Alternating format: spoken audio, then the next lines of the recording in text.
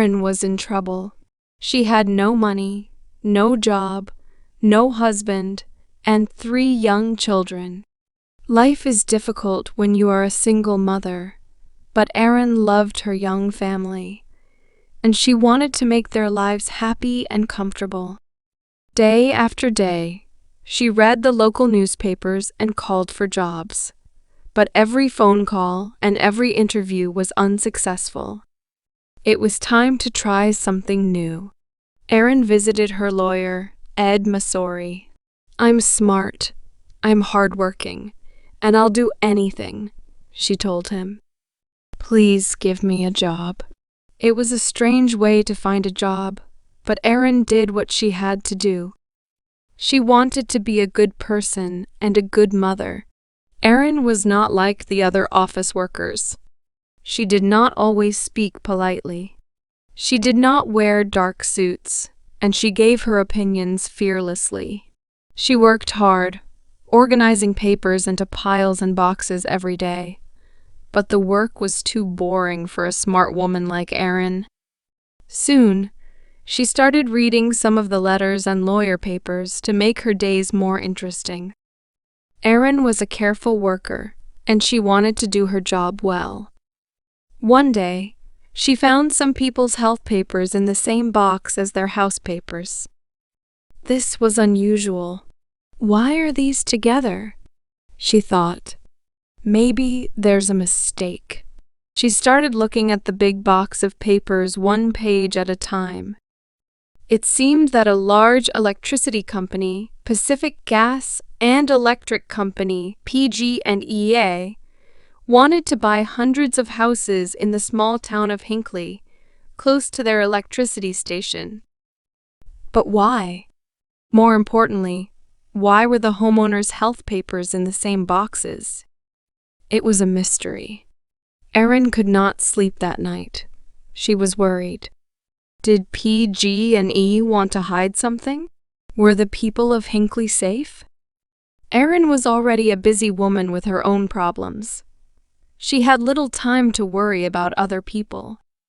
But deep inside, Erin felt that something was wrong. Could she solve the mystery? She needed more information. The next day, she spoke to her boss, Ed Masori. With his help, Erin started looking more closely at the papers. Erin discovered more and more strange papers in the Hinckley box. She realized that there was a serious problem. She loved her family and wanted to spend more time with them. She wanted to see her children grow up. But people in Hinckley were very sick, and only Erin knew about it. She wanted to help, so she bravely decided to solve the Hinckley mystery alone. Erin visited people in Hinckley and spoke to them about PG&E, their houses, and their health. She wanted to find the true story. Erin was not a lawyer. She was friendly and interesting, and the people of Hinckley liked talking to her. They told her that PG&E was a good company. It made their water safe, paid for their hospital tests, and offered good jobs. But Erin was not so sure. Erin always got what she wanted. Now she needed help and information. She was working alone, but this did not stop her. She called and visited scientists, doctors, and lawyers.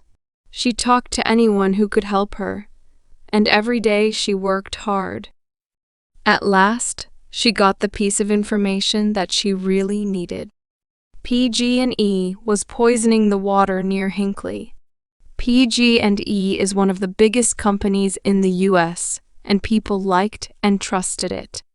But Erin realized that the company told lies.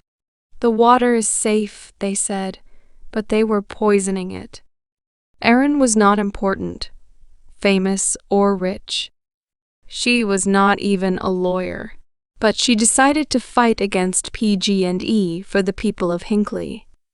She knew that she had to help in every possible way.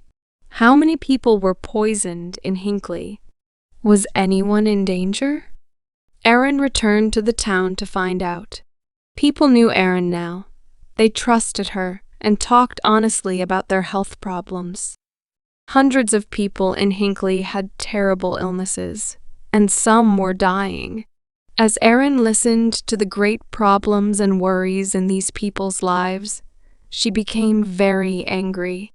PG&E knew that it was killing people.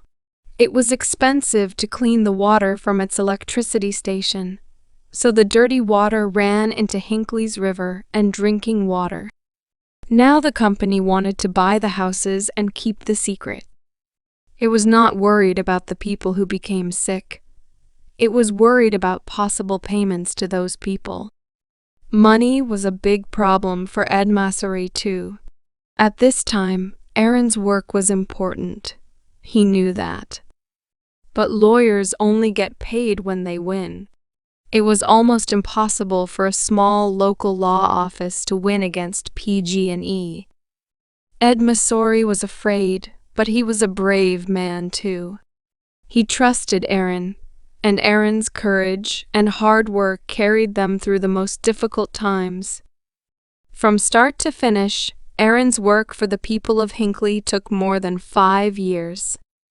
During that long and difficult time, Erin and Ed Massery met a great team. As Erin talked to different Hinckley people, her name and face became famous in the town. She had to be careful, though. She did not want PG&E to know about her work. As more people told their stories, Erin got the necessary information. She worked longer and longer hours. She still had a family to look after too. Her body and mind were tired, but she knew that quick action was important. Finally, it was time to fight PG&E. Erin and Ed Massery sent 634 notices for lawsuits from their small office to the large, expensive offices of PG&E. It was brave, but was it crazy? PG&E was a dangerous enemy. Was this the end for Ed Massery's company? When PG&E received the notices for the lawsuits, its lawyers immediately realized the danger. The sick people of Hinckley wanted a lot of money from the company. The lawyers were brought in on both sides. The lawsuits were too big for Erin and Ed Massery alone, but Erin continued to work on them. The Hinckley people were her friends now. She truly loved them and knew more about their lives and problems than anyone. So Erin, Ed Massery, and the lawyers from other companies worked together to do their best for the people of Hinckley. After months of hard work, important lawyers in expensive clothes filled a small courtroom. PG&E bosses sat quietly in their chairs, trying not to look worried. Erin was nervous and excited. She thought about her friends in Hinckley and remembered the long years behind her. As the judge spoke his final words, she listened silently. PG&E had to pay $333 million to the people of Hinckley. It was the largest amount of money for this type of lawsuit in the history of the United States. This also gave hope to other ordinary people and small law offices.